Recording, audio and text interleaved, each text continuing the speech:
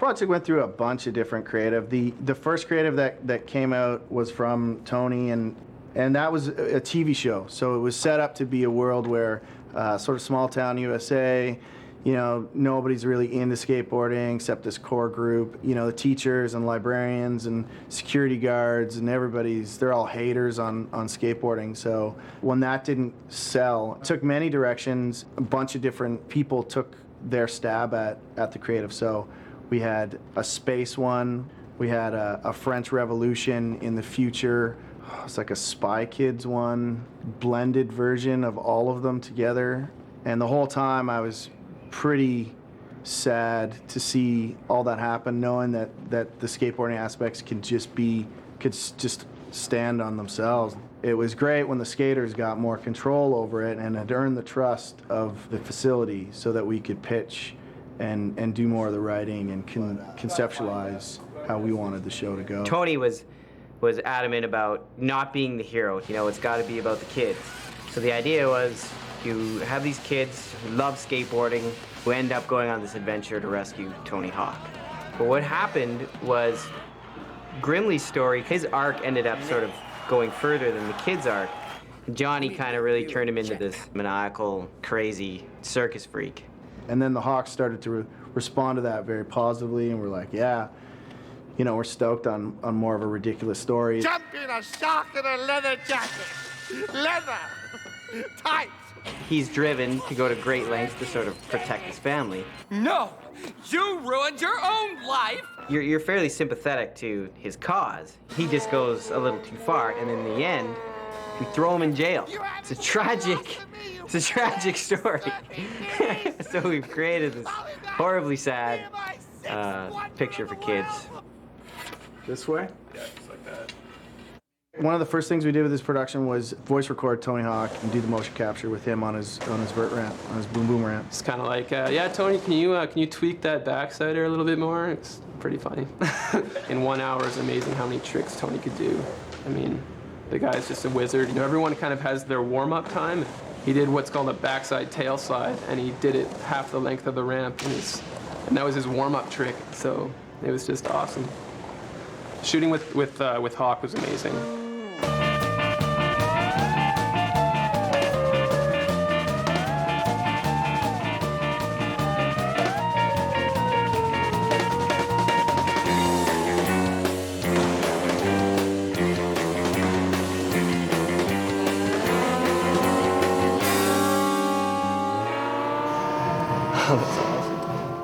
And ever since getting involved in Tony Hawk, I have been seen as more of a bad boy in the CEO world. Motion capture of the industry's top skaters just going off, that was great. You know, it's like a little private audience.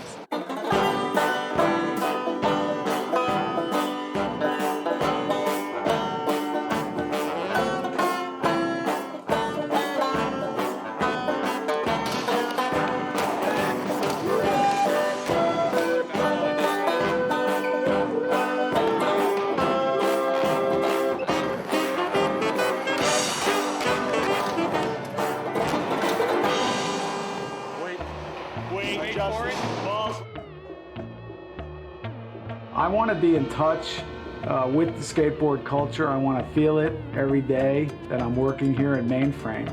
So I've taken my chair, my desk, my phone, put it right outside where I can sort of feel it. It's a problem when it rains a lot. I haven't actually seen so many people so excited about a project. It's completely different from anything we've ever done before. There's so many young people that work here and who are actually active in skateboarding, so for them it was a great opportunity. I've got a full set of umbrellas.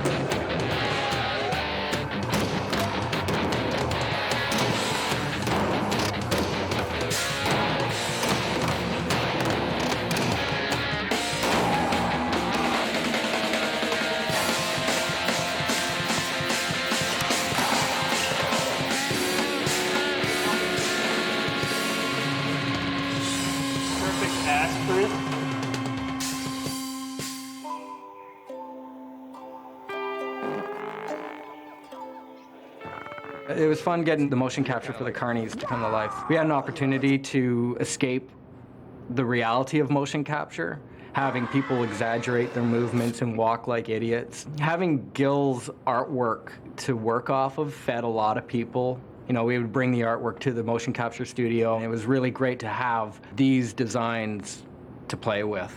I had a chance to work with Ben, Mike, and Casey on getting from them some key aspects of what this culture is supposed to be, what are the characters supposed to look like, what is the environment supposed to look like, and again, try to infuse all that aspects into the production art. It was an interesting journey because, I mean, a lot of people aren't really familiar with like how skateboard personalities are. You know, a lot of the styles are very specific. I kind of came to appreciate the fact that skating has a lot of subcultures in it.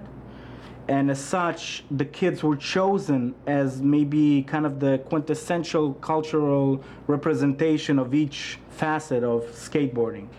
The skateboarding audience is probably the most critical audience out there. And if you try to pass anything off on them that isn't authentic, then you're just gonna get murdered. Well, that's what kids do, right? They skate and then they watch skate videos. It had to have skate credibility. As far as the production, it was a challenge because it was the character needs to have such a wide range of movement with all the tricks, being mocap, they always bend as contortionist, these guys. So we've put a lot of controllers for the animators so they can really pull the points. Well, my job was to clean that data up, make it nice and smooth, especially with the skateboard stuff, making sure the skateboards don't crash with the ramps, the skateboards don't crash into the feet of the actors, and just make sure we have all the subtle movements. One of the things that we decided from the outset that was really important to capture in the show was the reality of skateboarding, the language of skateboarding videos, and sort of the use of wide-angle cameras and a more frenetic cutting pattern. We were able to set up multiple cameras and edit much more like you would in live action, whereas in animation, a lot of times your shooting ratio is kind of 1-to-1. We were able to create the visual language in the storytelling that we were trying to achieve.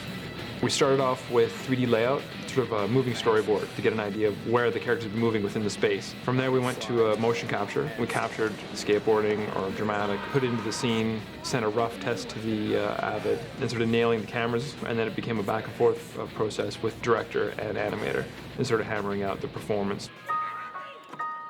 Harry, you're so magical. Oh, well. Come.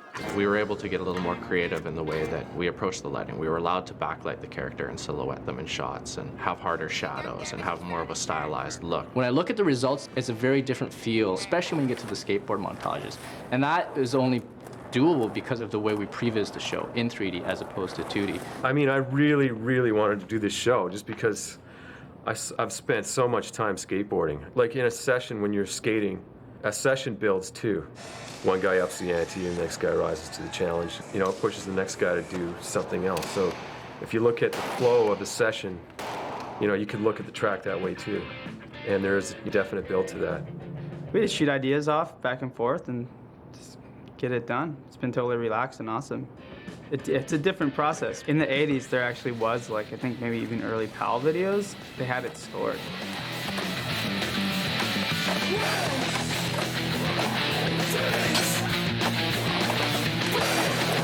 I don't know, this show's a bit different because it's combining a lot of elements. So I want to move it all over the place in terms of genres. Animation is a chance to really go over the top of the music, which is way more fun for somebody who's writing the music.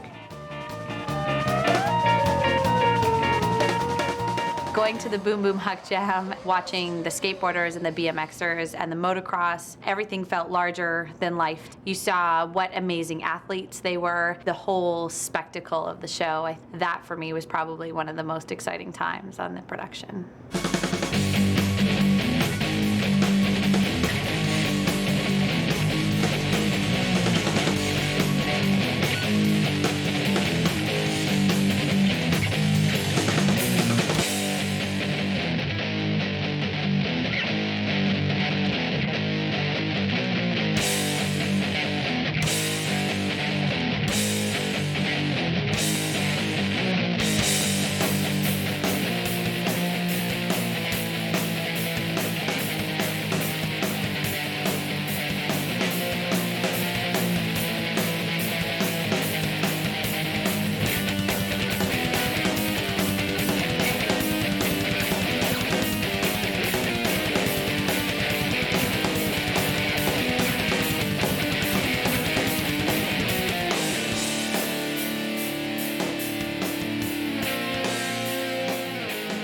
It looks real. It's one of the few shows that's captured the sport and it looks authentic, and I think these real skateboarders are going to appreciate that when they watch this show. It keeps me connected to my peeps, if you know what I mean. I think for me, what I'd like to, what I hope is that the skate community sees that we, as some skaters, created this show, and that it comes from our respect and thanks, and us just wanting to keep it as true as possible to skateboarding.